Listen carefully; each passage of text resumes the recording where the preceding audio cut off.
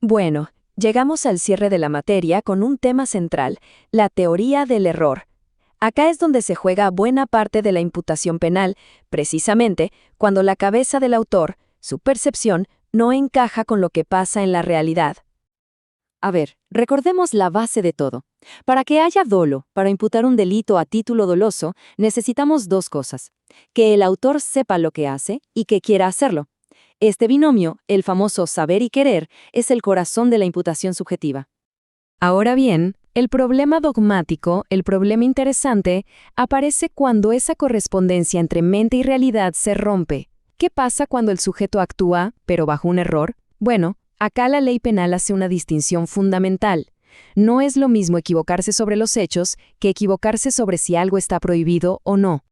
Nuestra hoja de ruta para hoy va a ser bien sistemática.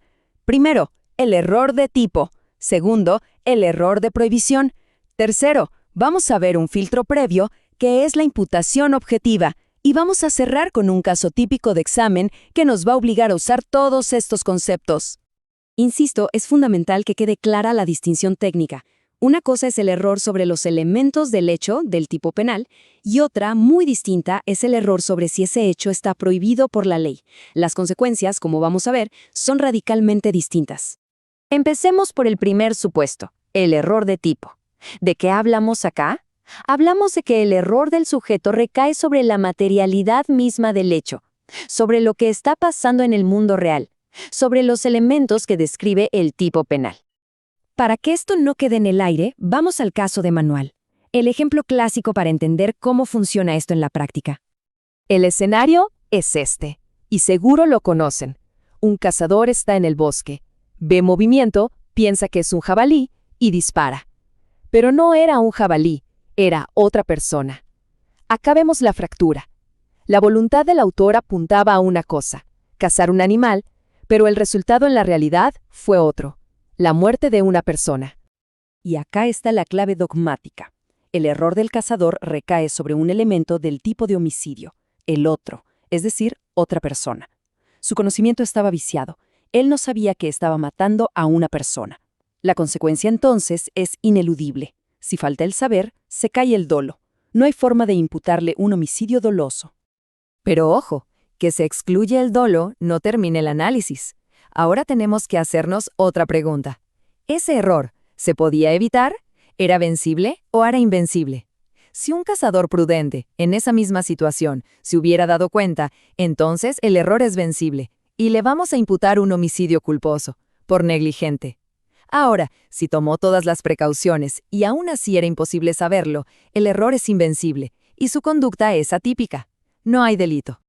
Bien, dejemos al cazador y pasemos ahora a un supuesto completamente distinto, que opera en otro nivel del análisis del delito, el error de prohibición. Consideren este caso. Un turista holandés está en una plaza en Buenos Aires, saca un cigarrillo de marihuana y lo fuma pensando que acá, como en su país, está permitido. Fíjense, él sabe perfectamente lo que está haciendo en el plano físico. Sabe que está fumando cannabis. Su error no es sobre el hecho, es sobre la ley.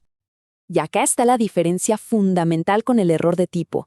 No hay un error sobre lo que pasa en la realidad. El sujeto sabe lo que hace. El error está en su cabeza, sobre la comprensión de la antijuridicidad de su conducta. Él cree que está haciendo algo permitido.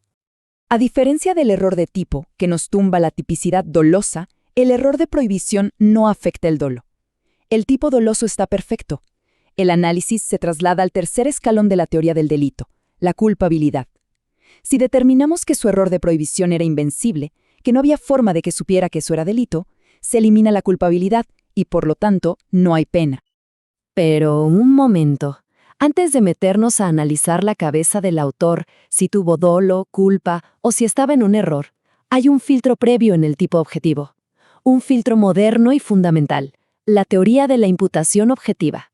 Ya no nos alcanza con la simple causalidad física. Analicemos el famoso caso de Roxin. Un sobrino, que quiere la herencia, manda a su tío a caminar por el bosque en medio de una tormenta eléctrica, con la esperanza de que le caiga un rayo. Y efectivamente, le cae un rayo y el tío muere. La pregunta acá no es si el sobrino causó la muerte en un sentido físico, porque sí, lo mandó ahí. La pregunta es si esa muerte se le puede imputar jurídicamente. La imputación objetiva nos exige dos cosas: que la conducta del autor haya creado un riesgo jurídicamente desaprobado y que ese riesgo se haya concretado en el resultado. Mandar a alguien a caminar, incluso con tormenta, no supera el umbral del riesgo permitido. Es un riesgo de la vida cotidiana.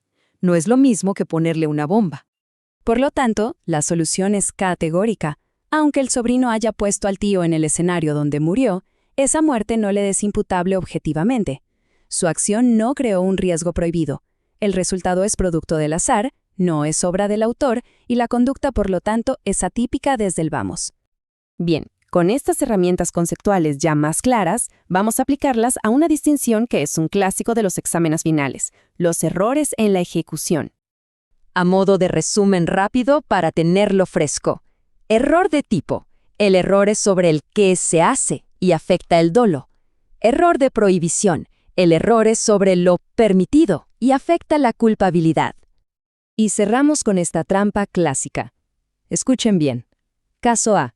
Quiero matar a Juan, pero de noche lo confundo con Pedro, que se le parece, y le disparo a Pedro. Eso es un error in persona. Caso B. Quiero matar a Juan, le apunto bien, pero justo estornudo, el disparo se desvía y le da a Pedro, que estaba al lado. Eso es un aberratio ictus, un error en el golpe. La pregunta para el final es precisa, y es técnica. ¿Cuál de estos dos casos se castiga como un homicidio doloso consumado? Simple. ¿Y cuál se resuelve con un concurso entre una tentativa de homicidio doloso, contra el que quería matar, y un homicidio culposo, contra el que efectivamente murió? La solución exige aplicar rigurosamente todo lo que vimos. Espero sus respuestas técnicas.